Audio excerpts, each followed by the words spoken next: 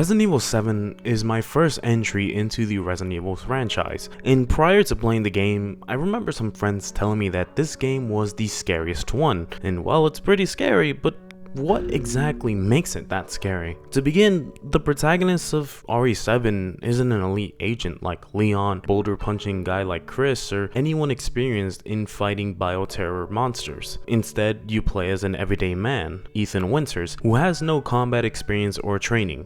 Ethan being the protagonist works well because you can put yourself in his shoes. It's just Ethan driving to a residence in Louisiana to find his wife, and through that journey you'll find different horror genres in here. The atmosphere of the Baker's house is unmatched to anything I've played so far in the Resident Evil series. The opening segment of this game is amazing. As you explore the Baker's house, seeing disturbing things and run into Mia, which tries to kill you in a possessed version. You beat her with an axe, then she saws your hand off, then you take her down, and then Jack knocks you out. All this happening within the opening hour of the game. So this game definitely has one of the best openings of any Resident Evil game based on what I've played so far. The experience of Resident Evil 7 is just horrifying. Exploring through a house that has a killer hunting you while trying to make your way over to the next area is terrifying because of a few reasons. Mainly in the house itself. It's all beat up and disgusting, like there's molded coming from the basement, something on the lookout trying to kill you, and it sends a chill down my spine heading to the basement. I also think the Bakers are a lot more terrifying than someone like Mr. X in Resident Evil 2.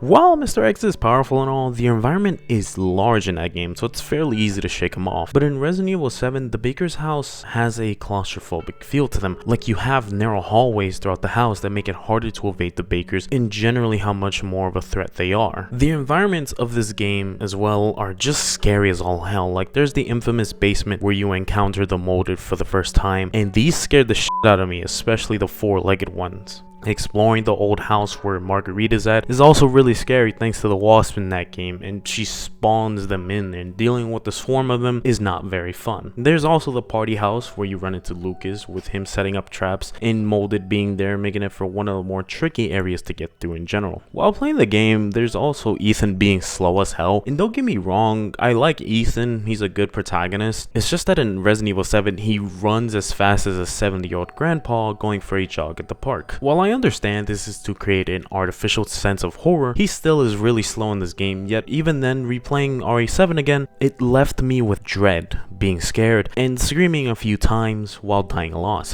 While the story isn't anything you're going to lose your mind over, it is a serviceable enough story about stopping Evelyn and rescuing Mia. You do get most of the lore through environmental storytelling, which is interesting to learn about the Baker residence through logs or files found throughout the residence. Environmental storytelling is done pretty often throughout the Resident Evil series, and I prefer discovering the lore of the place as it puts you into the shoes of the characters, learning everything as they're going through the events of the game. When it comes to the gameplay of Resident Evil 7, it's something else. This is true survival horror here. The survival horror of Resident Evil 7 is brought to life with the change of the first person point of view. While this technically isn't Capcom's first rodeo when it comes to first person in Resident Evil, this game was the first one to fully embrace it. The idea of a first person Resident Evil game is too good to not try out. So instead of having a toggle of first to third person, it is completely first person. And it works really well here because you can turn the corner and a molded is in your line of vision. Cutscenes are also in first person, so we don't see what Ethan looks like, so that's a shame. Anyways, a core element of any Resident Evil is in its resource management and constant decision making. You can't always mow down every monster you see. You always must question, is it truly worth killing this molded or running away to conserve ammo? There's also the risk of taking damage when fighting these things, and that could end up with you using a first aid kit, which then requires you to make a new one, wasting a chem fluid and herbs. In my first playthrough of this game, I was always out of shotgun ammo thanks to how good it was at taking down the molded. There's also the constant thing of being hunted or chased by one of the Bakers, depending on how far you are in the game. Boss fights tend to be generous enough to give you the resources you need for crafting materials to defeat the bosses. Even then, it's always something to take into account. Saving up resources in this game is crucial, and there's times in the game where there's no reason to hold back and to wreak havoc. Speaking of the Bakers, let's talk about them. The Baker's family is a family possessed by an entity named Evelyn that is like a puppet master, controlling the possessed members of the Baker's family. One thing that intrigues me with each member of the three is the contrast that they have on how they attack Ethan or how their areas are done. Jack is the first one, and he reminds me of a slasher horror movie villain. Maybe something like Halloween with Michael Myers slowly walking towards you, killing you. The fear that Jack instills in you gets you to run as far away as you can. Meanwhile, Marguerite, who uses insects as her way of attack and even crawls like a spider at times, this could be related to insect horror with a movie like Arachnophobia or Alien, which involves insects, bugs, spiders, you name it. While not exactly wasps like in the game, it has a similar type of thing going for it. And then there's Lucas, which he is the most interesting one as he isn't fully infected, as he does all of these horrific things out of love for the game. His way of killing is similar to a Saw movie where Lucas sets up traps that are unfavorable, such as the birthday tape, 21 in the Band Tapes DLC. Lucas is terrifying not because he directly kills you, but because he does all of this for the love of the game. He's the least infected out of all the Bakers you fight.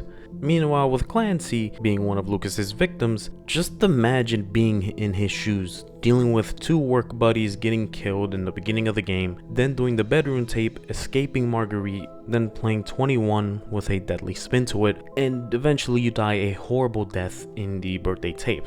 Speaking of the tapes, these are actually quite useful as they help you to find what you need to do so that you may proceed with the game. The Bakers are one of the few times where the game title lives up to the name. These are residents that are actually evil for once, and the biohazard part of RE7 makes sense with the molded being able to infect humans and Evelyn. Speaking of Evelyn, she's not too interesting of a character. Sure, she is the cause of the Baker's incident and plays a role in the daughter's tape in the DLC. That aside, Evelyn doesn't really feel all that scary to me. She is supposed to be a creepy hallucination girl that is a puppet master, yet I'm more terrified of the Bakers and molded than Evelyn herself. And again, since I'm talking about Evelyn, this part of the game is why I was reluctant to replay it, and it was the ship part of the game. It's scary, sure, but it's honestly not as exciting as the Baker's resident or Lucas's house. The ship part has a ton of molded, running around backtrack, and it's not very fun because of the lack of new things in it. It didn't have that same level of fear that was put into you when one of the Bakers spotted you, and also being on the ship in a horror game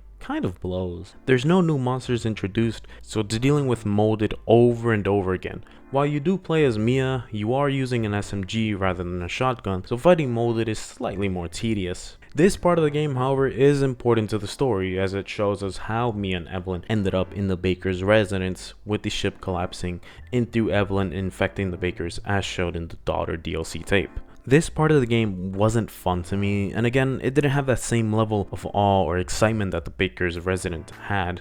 I'll admit, I thought the story was pretty good in this part of the game as you learn more about Evelyn and what happened before the Bakers got infected. That aside, once you rescue Ethan and Mia pushes you away, you continue the game as Ethan where you go to the final stretch of the game. The mine shaft is a decent enough final area of the game, and it's just that there's too many molded, and these enemies that vomit acid I really hate because sometimes it feels like no matter what you do, you always get hit. One thing I do appreciate that the game does is it lets you go loose and is generous with the resources so you can have your way with fighting the molded. You see Lucas's labs and files that explain what the molded exactly are, and this is some really interesting stuff that the game tells you. The final area is where you started the entire journey and shows hallucinations of Mia and Evelyn controlling Mia directly. Later on you inject Evelyn with a necrotoxin that makes her transform into some huge colossal monster. You then finish her off with this powerful gun and that clears the game. You take a helicopter into the sunset while seeing the countryside of Louisiana, and depending on whether you save Mia or Zoe,